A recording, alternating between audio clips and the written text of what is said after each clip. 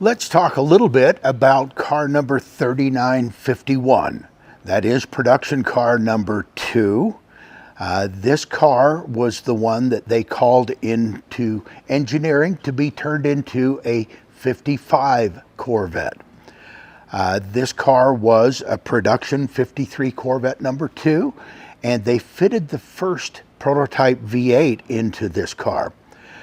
There are photographs of this car that I mentioned earlier, and these photographs show details on what was entailed to install this V8 engine into this car. This car went through that major engineering change, and later on, it was kind of cornered and shelved, and Russ Sanders, the then performance engineer for Chevrolet, he called for this car to be brought into styling and rebuilt into a show car, let me say that, proving grounds demonstrator to show quality. And the car had a beautiful new body installed. It was a 55 body. It was a 55 or maybe 56 chassis. The car was equipped with 56 wheel covers. It was done up in gypsy red with ivory interior. Beautiful, beautiful car. It had undergone such a major change, H.W. Manlick assigned a new VIN number to the car, and it was EX122, an experimental number, and that number stayed with that car from that point on, but it came into effect, I believe, in 1956. At any rate, it never made it to the proving grounds for a demonstrator, but Russ Sanders went ahead and he bought the car himself for his daughter to drive to school. So with that, it was a way for him to buy a new Corvette for about half price. He gave $2,200. I have the purchase order. There was a document that the Motor Vehicles in Michigan sent back to Chevrolet. They said, "You're trying to deceive Mr. Sanders because this car was originally a 53 Corvette, and now you're saying that it's a 55 Corvette." Well, Chevrolet had to submit this explanation to Motor Vehicles that the reason that it's called a 55 Corvette is Mr. Sanders is the engineer that called for this change to be made, and it has been turned into a 55 quote Corvette. And Mr. Sanders is not being deceived. He's fully aware of the changes that were made.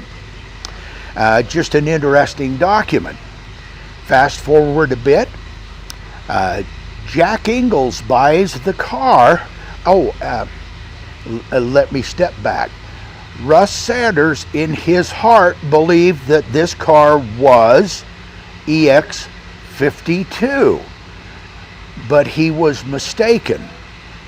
He didn't know he was mistaken until Art Armstrong found these documents, and these documents were studied by Lauren Lundberg, a historian out of Arizona, and Lauren Lundberg and Bob Rosebaugh went to Russ Sanders' home where he was retired in Sedona, Arizona, and presented these documents to Mr. Sanders. And they said, "Well, in looking at these documents, I had it wrong all these years. This is proof positive that it was in fact production car number 2, and I have got it mistakenly identified as EX52. My bad."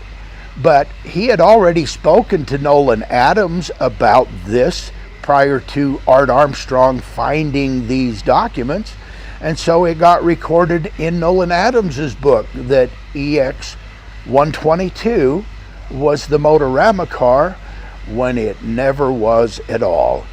EX52 was, and EX53 were both Motorama cars. EX122 was the first V8 55 prototype. At any rate, the 39, excuse me, ES127 is car number 3, and 4, 5, and 6 were the DuPont cars. Number 7 was the 3953. I've got detailed changes and engineering exercises that were performed on that car.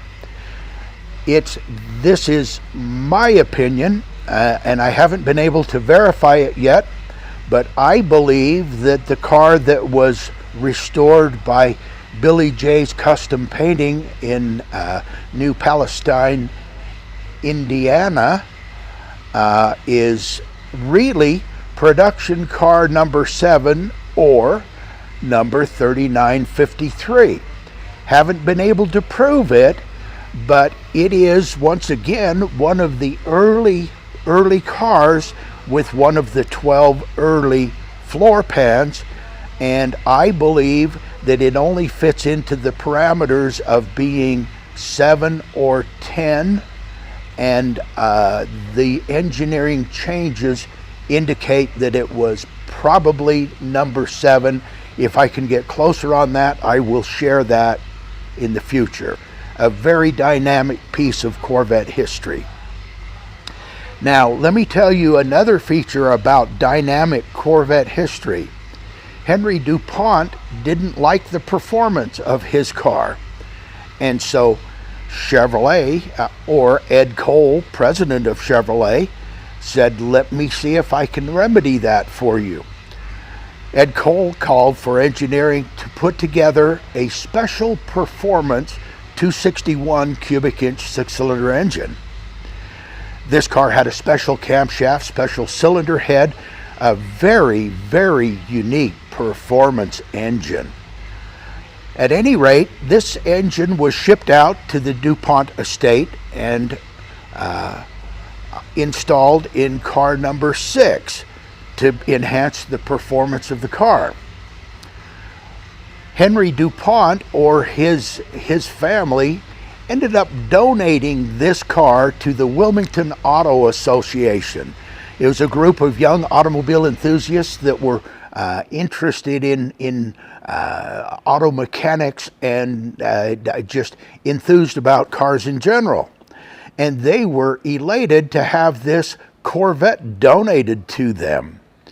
Well, I met Jim Tomey at the National Corvette Museum, who was a member of the Wilmington Auto Association, and he started telling myself and John Amber, we were both there in attendance, and Jim Tomey started telling us, volunteering this information. He said, when I was a kid, the DuPont family gave us a Corvette. He says, it was an early car. He says, I don't know what serial number it was, but I know it was early. We took it over to John Henry's dad's house, and we took the engine out of that car and put a hot rod V8 engine so we could go drag racing in the car, which we did. And John Henry's father said, you guys better watch what you do with this engine you're taking out. He says, because I can tell you this is a special engine. That's what Jim Tomey told John Amgort and myself when we were having a tailgate visit there at the National Corvette Museum. I launched a research project on trying to find this performance 261 engine that was taken out of car number 6, and I was futile on my attempt. I exhausted all avenues. Of course, my computer skills were limited then. So I turned this information over to owns car number 6, and the history behind this car is probably the most dynamic story in early Corvette history, being the first performance hot rod attempt that the factory made for a Corvette. I don't know if Steve ever was able to find that engine. I hope he had some success, because I couldn't find it. Now, car number 3953. Another observation that I've been making on these early cars is the cutout for the taillight receiver, the fiberglass extension with the two fins. There are two examples that I know of that don't have a round cut to accommodate the taillight. It's got a kind of a butterfly cut with two little tangs for the retaining studs to fasten to for the taillight affixing. I've asked a host of people who are experienced in these early cars and showed them pictures of each example, and I will show you some of these pictures here so you can get an idea. And I asked Lloyd Miller. He was only familiar with car number 3, having had this butterfly cut. My observation is I reached out to Jerry D'Alessandro, who's working on Fred Rinke's cars. I have reached out to, not heard back from him. I don't have access to car number 5, but I've learned that car number 1 is round holes. Car number 2, I do not know. Car number 3 was a butterfly cut. Car number 4 is a round hole cut. Car number 6, I haven't heard back from.